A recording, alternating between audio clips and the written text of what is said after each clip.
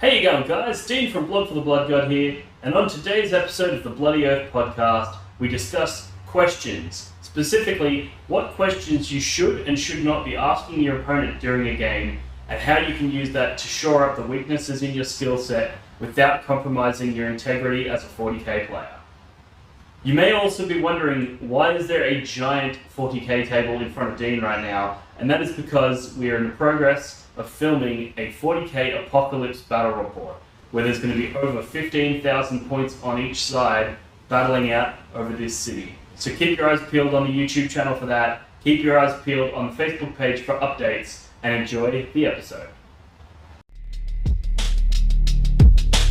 Blood for the Blood God presents the BloodyOath podcast.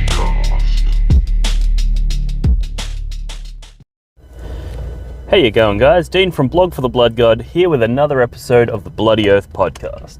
I want to try something a little bit different in today's episode, and I'm going to try and make a shorter, more succinct discussion about a more zeroed in topic, I guess.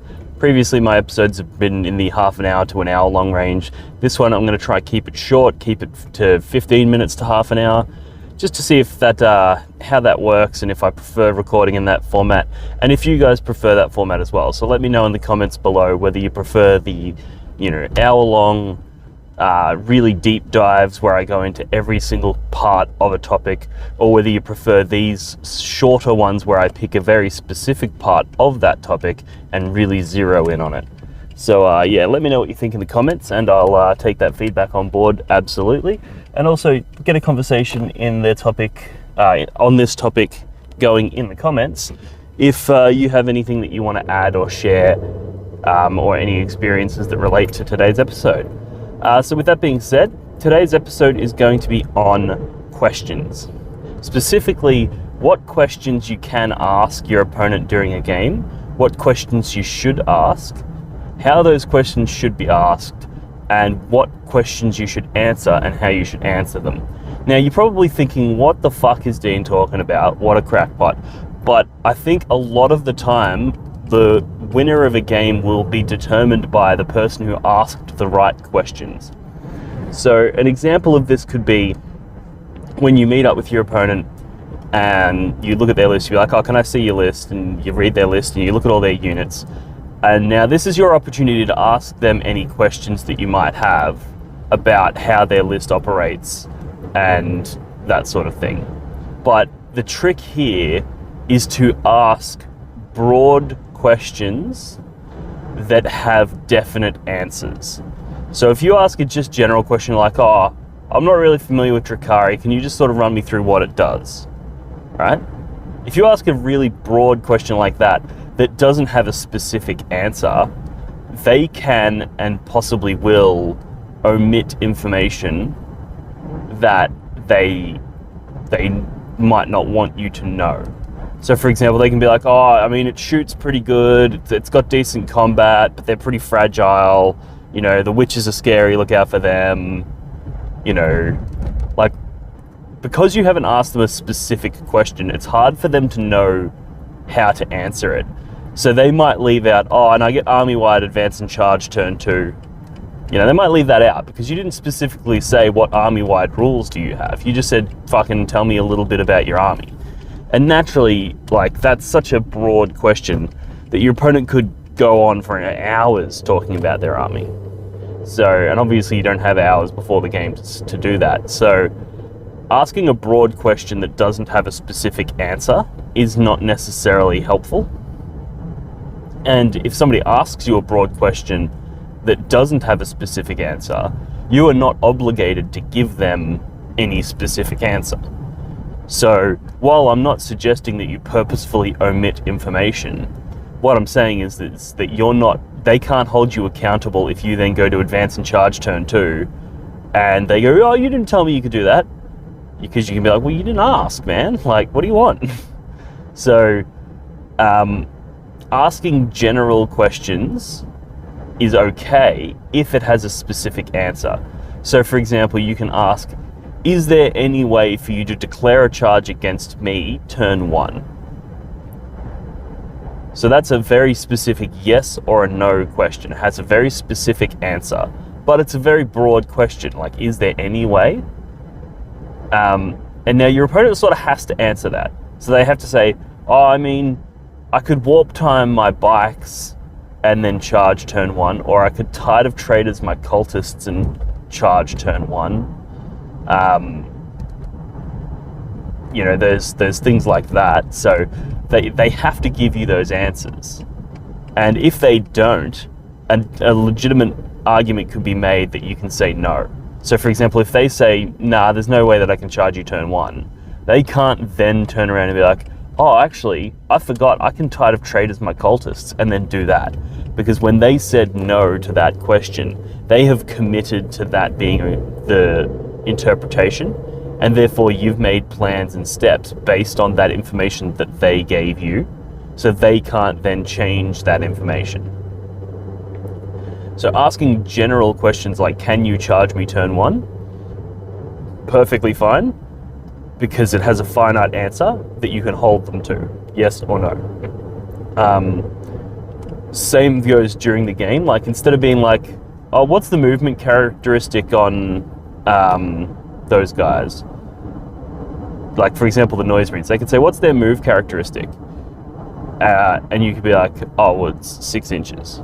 Because that is what their move characteristic is.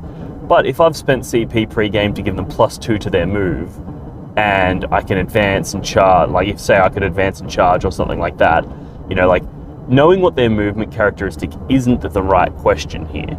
The right question is, what is their maximum potential threat range? So with combination of movement, strats, advancing, all of that sort of shit, all combined together, what is the maximum threat range of that unit? How far can they actually go? And what can they do? And when you ask somebody that specific question, they have to give you a specific answer.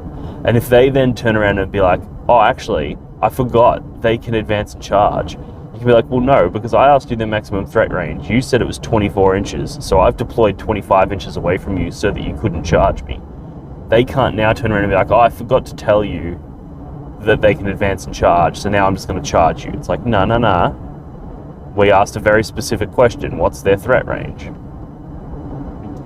So that's where when it comes to questions, and you might be thinking this is like unnecessary or a bit of overkill on this, but it's actually really important, because if you ask your opponent too broad of a question, you can't expect them to answer it, because you're effectively asking them, how do I beat you? You know, like, tell me all of your secrets and tricks so that I just can outplay them and beat you. And that's not how this game should be played. It's a really complex game, and often the player that wins is the player that has the most knowledge of every army and all of their potential tricks. But one of the ways that you can shore that up, because that's becoming increasingly difficult to have all of that information available in your mind, so that you know what his threat ranges are, you know what tricks he can do, you know if he can outflank things, you know if he can redeploy things. You know, one of the best ways to make up for that lack of information is to ask your opponent the right questions. And then, because they'll have the information, they know what their army can do. So if you ask them the right questions, you can find out what their army will do off them. And the only real way to do that, which is fair to them, is to ask them either specific questions with specific answers, or broad questions with specific answers.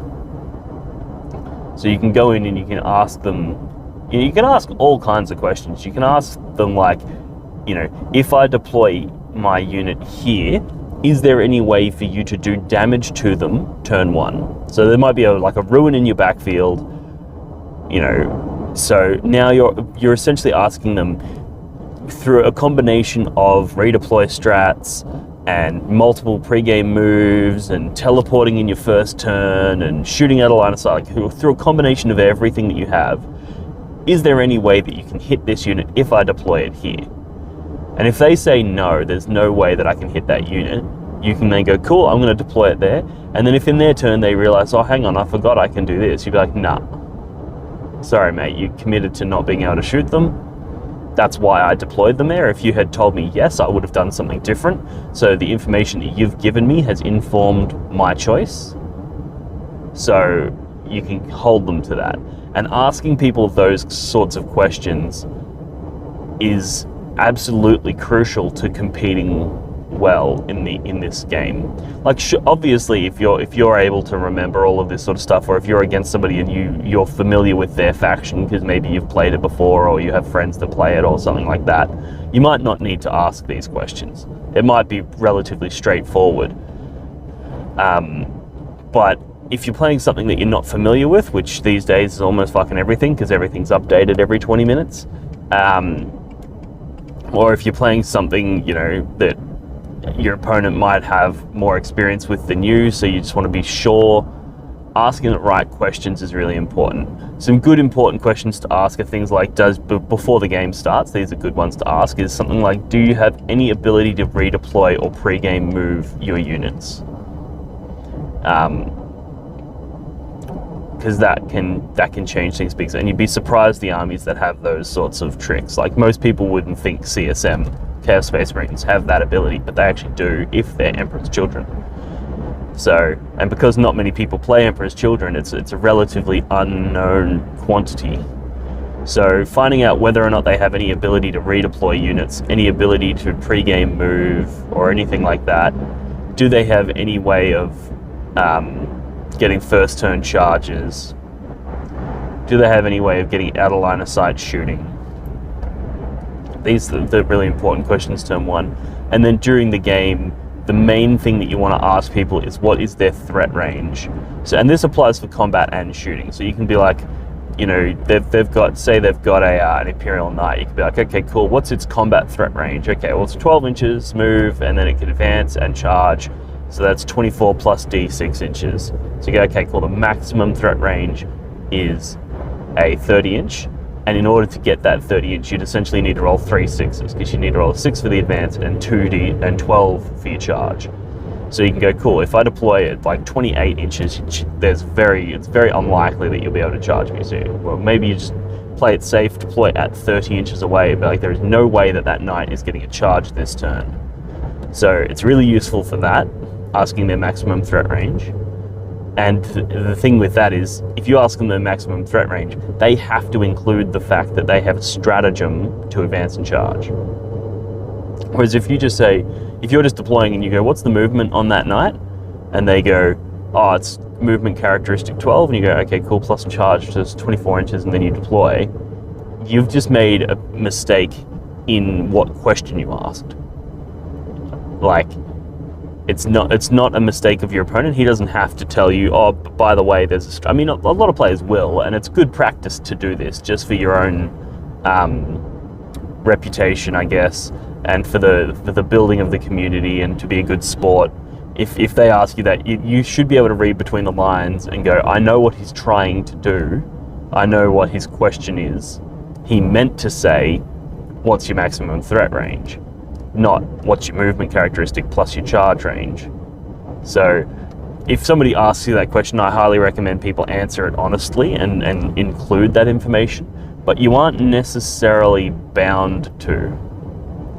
So it's an interesting situation there. It depends on the nature of your event, but most events these days are pretty cutthroat, pretty competitive. So if you ask your opponent what's your move characteristic, or if they ask you what's your move characteristic, you just tell them exactly what they asked. You just answer the question exactly as they asked, and that's perfectly fine. So the trick really is to ask the right questions, and the advice that I give, just to keep this in the back of your mind, whenever you're thinking about asking a question, ask as broad of a question as you can, whilst simultaneously having a very specific answer. Try to break it down to yes/no answers, or answers where it's a number. Like, what is your threat range? 32 inches. You know, like, specific answers are key, and the broader the question, the better, because it will force your opponent to include more information. So, is there any way for you to shoot me turn 1 is a very broad question, because you're asking them to break down every stratagem in their book, every ability, every interaction with their units, anything that they could possibly conceive. Is there any way that they can hit this thing? Yes or no? So yeah, that's pretty much all I wanted to say on the topic of asking the right questions. Is basically that, yeah, keep it broad, answer honestly, answer in good faith, and it'll go a long way to helping you improve your game. So yeah, that's today's episode. Nice and short, nice and sweet. Chuck a comment below letting me know what sort of questions you ask people in games, what questions you've been asked before, and what you think in general about the whole topic of asking your opponent questions. Because obviously this is just my opinion, and a lot of people disagree with me. Some people think that you shouldn't have to answer any questions. I've had opponents where I've gone up to them and said, can you give me a brief rundown of your army and what it does, and they just throw their list at me and be like, there you go, you can read it, and then you ask them, do you have any ways of attacking me turn 1, and they'll just hand me their codex and be like, you tell me. Like, are they within their right to do that? I don't think they are. I think they should have to answer the questions. I don't think you should have to sit there and flip through their codex when they know the answer to the question. I think that's just effectively them slow playing, because they could have just answered your question and we could move on. But instead they're slowing the game down by making you do the reading unnecessarily. But some people think that that's your responsibility. Some people think that they shouldn't have to answer your questions for you. And then there's other people, obviously, that think you should be telling your opponent things even if they don't ask the question, Like, if people start moving somewhere or they deploy somewhere, you should be saying, hey, just so you know, if you deploy there, I'll be able to shoot you turn 1, because I have, astral aim on I can put astral aim on my psychers and I can, shoot you. Some people think you should be telling people stuff even without being asked the question. So there's obviously, the truth is probably somewhere in the middle. And that's sort of where I sit, where it's like, you know what, you don't have to give up information. You can answer questions very literally. Like, if they say, what's your move characteristic? You can just say 6 inches. However, if they ask you a broader question like, what's your maximum threat range? I believe you also have to answer that. And I also believe that once you've answered a question, you are bound to your answer. Unless the only exception to that would be if your answer is just objectively incorrect in your favor. So for example, if they say, how many attacks has he got? And you go 12. And then it turns out he actually has fucking 8. Well, you don't get to make 12 attacks because you said so. Like, if you're incorrect in your favor, then you correct the answer. But if you're incorrect and it works, if you're incorrect, yeah, exactly. If you're incorrect and your answer was in your favor, you have to correct it to be no longer in your favor. But if you're incorrect and the answer actually makes it better for you, well, you don't get to change that. You don't get to be, if you say he has 8 attacks, so they then charge you with a unit of 10 guys, knowing that you won't be able to kill them because you only have a maximum of 8 attacks. And then you go, actually, no, sorry, I forgot about this. He actually has 12. It's like, well, sorry, you can't now attack me with 12 attacks because I wouldn't have charged you if I had known that, and you specifically said that he has 8. So that's an example of a situation where if you're wrong and it actually, what you declared is not the correct rules, if you declared something that was worse for you, you have to stand by that answer. That's just my opinion though. So I know a lot of people will disagree with that, and a lot of people will say, no, if you realize something, and another thing worth touching on when it comes to this is vague answers to vague questions. So I'm not 100% sure where I sit on this, on whether or not I think it's okay. It was definitely interesting. I played a game against a bloke once where This was back when pinning was really popular, where he had this big unit of plague bearers strung out across multiple objectives, right? And I've pinned like 4 different plague bearers with my bloodletter unit, and I've gone, okay, cool, and I've gone to kill, and I've killed a bunch, but not those 4, because I've obviously pinned them with the pylon, and I'm like, okay, so you agree there's no way for you to get out of that pin onto the objective over here? And he's like, oh, we'll see. And I'm like, well, can you answer the question? Because if you say yes, then I need to think of a way to stop you. He's like, we'll see. I'm not answering that question. And I was like, what do you mean you're not answering the question? You have to answer the question. But his argument was, and I can see where he's coming from, his argument was, if he has a trick up his sleeve that he can use to string out onto an objective, he shouldn't have to tell you that he has that trick, because that's what makes it a trick. You know, if he gives away all of his little tricks, then his army doesn't function, because you just counter them. And one of the main reasons that he wrote the list was because he has all of these little tricks. And basically what his trick was that he was going to roll a morale check, and if he rolled a 6, he was going to spawn D6 extra models into the unit and string those D6 out onto the objective that I had asked him whether or not it was possible for him to hold. So that he wanted to say, oh, well, we'll see, because he didn't want me to like try and block him or anything like that. So I'm not 100% sure how I feel about that. I felt a little confused and salty at the time, because I was like, why won't he answer me? But then I was like, well, actually, him not answering me sort of answered the question.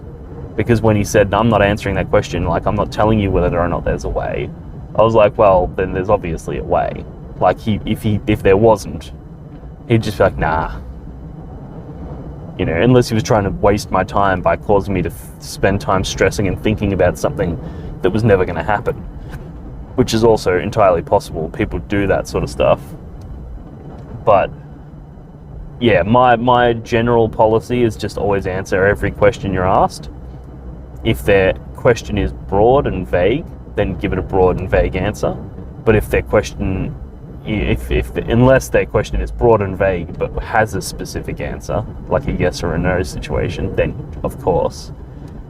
But yeah, so that's just a few of my thoughts on questions in games. I think it's one of the most important skills that a player can master, is learning what questions to ask, when to ask them, and how to answer them. All of those sorts of things can really step up your game, because it can shore up the weaknesses in your knowledge.